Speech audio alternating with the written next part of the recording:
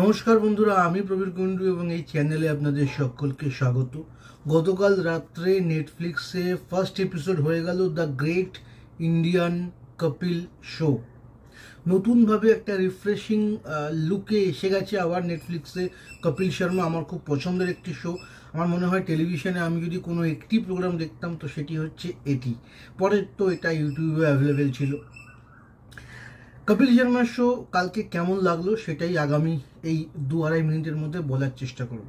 প্রথমেই বলছি যে এর লুকস অনেক ডিফারেন্ট, অন্যরকম একটা চেহারা এসছে, কন্টেন্ট অনেক রিফ্রেশিং। প্রথমেই কপিল শর্মা একটা সোলো পারফরমেন্স দিয়ে শুরু করেছে। আমার সেই পারফরমেন্সটা বেশ ভালো লেগেছে, যদিও খুব চেনা পারফরমেন্স, অর্থাৎ ফ্যামিলি বিভিন্ন ক্যারেক্টার তাদেরকে নিয়ে বলা হয়েছে। সমস্ত কিছুই ভালো ছিল, কিন্তু একটা লাইনে কপিল শর্মা বলেছে যে যারা কাটা তার পেরিয়ে এসেছে, এরকম একটা লাইন সে ইউজ করেছে। ওই লাইনটা আমার মনে হয়েছে অনেকের ভালো লাগবে না, অনেককে আঘাত করবে, অনেককে হার্ট করবে এই লাইনটা। ওই লাইনটা না থাকলে পারফরমেন্সটাকে আমি একদম 10/10 দিতাম, কিন্তু ওই লাইনটার জন্য কোথাও গিয়ে আমার একটু খারাপ লাগলো, অনেকের হয়তো খারাপ লাগবে।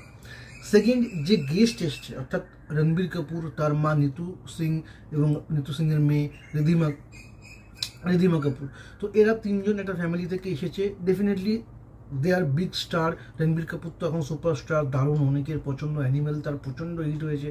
কিন্তু আমার মনে হয়েছে গ্র্যান্ড এপিসোড বা গ্র্যান্ড ওপেনিংয়ের জন্য যে স্টার বা যেরকম ধরনের ইমেজওয়ালা লোক দরকার ছিল সেটা বোধহয় রণবীর কাপুরের বা এদের মধ্যে নেই।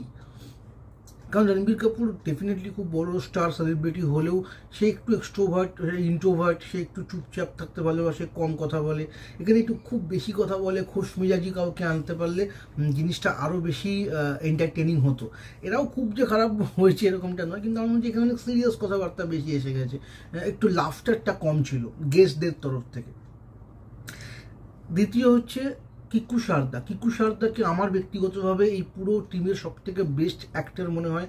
দারুণ পারফরমেন্স করে, যখনই সে যেরকম ক্যারেক্টার নিয়ে আসে মাতিয়ে দেয়, পুরো স্টেজ কাঁপিয়ে দিয়ে চলে যায়। তো কিকু সারদা এখানে যেরকম একটা চরিত্র নিয়ে এসেছে, সে একটা শেফ হয়েছে, ক্যারেক্টারটা ভাল লেগেছে, কিন্তু ক্যারেক্টারটা জানি না আগামী দিনে কোথায় যাবে। কিন্তু ক্যারেক্টারটার মধ্যে আমার একটু আগের ক্যারেক্টারগুলো যেন বেশি ভালো ছিল, এই শেফ ক্যারেক্টারটা আমার অতটা ভালো লাগলো না। তার চেয়ে বরং কৃষ্ণা অভিষেকের পারফরমেন্স আমার বেশ ভালো লেগেছে। সে অ্যানিমেলের ববি দেওয়াল সেজে এসেছে এবং সেই ইশারাতে বডি ল্যাঙ্গুয়েজে কথা বলছে, ওই পিসটা আমার দারুণ লেগেছে। সেখানেও কিকু সারদা এন্ট্রি হয়েছে অ্যাজ এ সানি দেওয়াল এবং সে সানি দেওয়ালের মিমিক্রি করছে, ওই পার্টটা অসাধারণ হয়েছে। এবার আসবে সব থেকে মানুষ যেটা শুনতে চাইছে, সেটা হচ্ছে সুনীল গ্রোভারের পার্টটা কেমন লাগলো। সুনীল গ্রোভারের এন্ট্রি আমার বেশ ভালো লেগেছে। 6 বছর পর লোকটা এসেছে এবং কপিল শর্মার সঙ্গে তার যে পার্সোনাল ঝামেলা সেটাকেও এই কমেডির মধ্যে, পাঁচ লাইনের মধ্যে অ্যাড করা হয়েছে এবং সেগুলো শুনতে সত্যি ভালো লাগে। তাদের ঝগড়া সিজন 2 কবে আসবে, এই সমস্ত ইত্যাদি ইত্যাদি। সুনীল গ্রোভারের পুরো পার্টটাকে যদি দুটো ভাগে ভাগ করি, শুরুর অংশ এবং শেষের অংশ, শুরুর অংশটা বেশ ভালো। রণবীর কাপুরের সঙ্গে তার যে একটা মান অভিমান, পালা প্রেম এগুলো চলছে, বেশ ভালো লাগছে। কিন্তু ওই পার্টের পর শেষের পার্টটা, ওই গাড়ি করে এলো, বিছানার মধ্যে ঢুকলো, ওই জায়গাগুলো বড্ড বেশি মানে আমার খুব চড়া দাগের লেগেছে। ওই জায়গাগুলো আমার ভালো লাগেনি।